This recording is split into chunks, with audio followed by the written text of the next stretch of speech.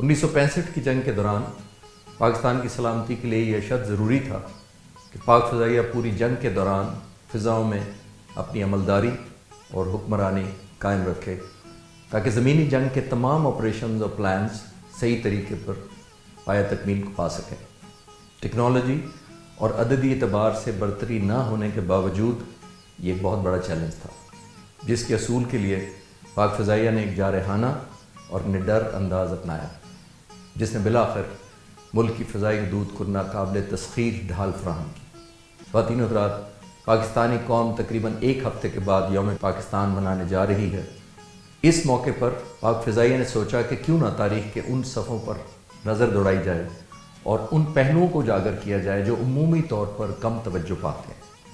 یہ تو ہم سب جانتے ہیں کہ پاک فضائیہ 1965 کی جنگ شروع ہونے سے کچھ دن پہلے ہی انتہائی الرٹ کر دی گئی تھی۔ 1965 سے تقریباً 8 سال قبل 1957 میں جب ایئر مارشل اسد خان نے پاک فضائیہ کے پہلے کمانڈر ان چیف کا عہدہ سنبھالا تو گروپ کیپٹن نور خان کو نئے آپریشنز گروپ کی تنظیم نو کی ذمہ داری دی گئی۔ یہ وہ ذمہ داری تھی جو 1959 میں حکومت پاکستان کی جانب سے قومی ایئر لائن یعنی PIA کے لیے مینیجنگ ڈائریکٹر تعینات ہونے سے پہلے تک انہوں نے انجام دی۔ 1965 کے وسط میں پاک فضائیہ کے کمانڈر ان چیف کی طرف سے انہیں پاک فضائیہ میں واپسی کے احکامات ملے۔ ان کی مؤثر جنگی حکمت عملی میں سوجھ بوجھ کے پیش نظر ان کی ہوابازی سے طویل عرصے تک دوری کے بعد بھی آپ کو پاک بھارت جنگ لڑنے سے صرف کچھ ہفتے پہلے یعنی 23 جولائی 1965 کو پاک فضائیہ کی کمان سنبھالنے کا اعزاز حاصل ہوا۔ یہاں یہ بات قابل ذکر ہے کہ آپ نے 6 سال فضائیہ سے دور رہنے کے باوجود چند دنوں میں سرگودا سے T-33 طیارے پر ایک مشن کرنے کے بعد F-86 پر بھی فلائنگ عبور حاصل کر لیا اور جلد ہی آواز سے دگنی رفتار کے جہاز یعنی F-104 کو اڑانے میں بھی مہارت حاصل کر لی، جس کے چند دنوں بعد انہوں نے ہوا سے زمین پر گولیوں کے نشانے میں 100% سکور حاصل کیا، جو کہ تقریباً ناممکن تھا کیونکہ یہ سکور اس سے پہلے پاک فضائیہ میں کسی نے حاصل نہیں کیا تھا۔ انہوں نے یہی سکور چند دنوں بعد دوبارہ حاصل کر کے یہ ثابت کر دیا کہ اتنا شاندار سکور انہوں نے بائی چانس حاصل نہیں کیا تھا۔ نئے ایئر فورس چیف نے اسی کارکردگی کا مظاہرہ F-6 طیارے پر بھی کر دکھایا۔ نور خان کی پاک بھارت جنگ میں کلیدی کردار اور پاک فضائیہ میں قائدانہ صلاحیتوں کی بنیاد پر اس بات میں کوئی شک نہیں تھا کہ ان کی قیادت کے بغیر پاکستان شاید شدید مشکلات سے دوچار ہو سکتا تھا۔ پاک فضائیہ اس وقت افواج پاکستان کا زور بازو تھی اور یوں نور خان کو صدر پاکستان فیلڈ مارشل ایوب خان کی طرف سے پاک فضائیہ کے جنگی منصوبوں پر عمل درآمدی کے لیے مکمل اختیار اور آزادی دے دی گئی۔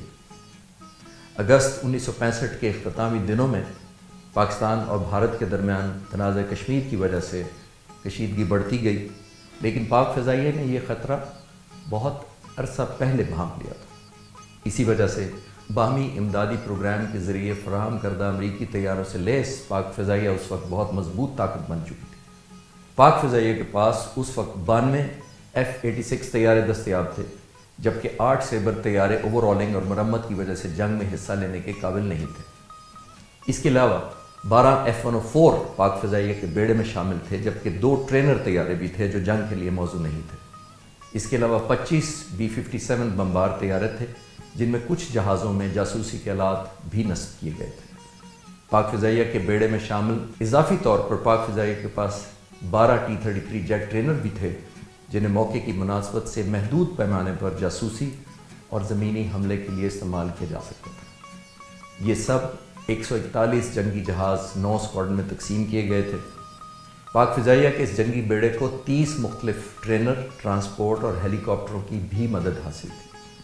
اس کے مقابلے میں ہندوستان ایئر فورس کے پاس لگ بھگ 775 طیارے تھے جو 29 اسکواڈن میں تقسیم کیے گئے تھے۔ 500 سے زیادہ تو ایسے طیارے تھے جو بطور فرنٹ لائن استعمال ہو سکتے تھے۔ ان جنگی طیاروں میں سے 10 عدد آواز سے دگنی رفتار والے MiG-21 طیارے، 118 برطانوی ہنٹر، 80 کے لگ بھگ نیٹ اور 80 ہی مسٹیئر طیاروں کے علاوہ 56 اورگن، 132 پرانے ویمپائر طیارے، 53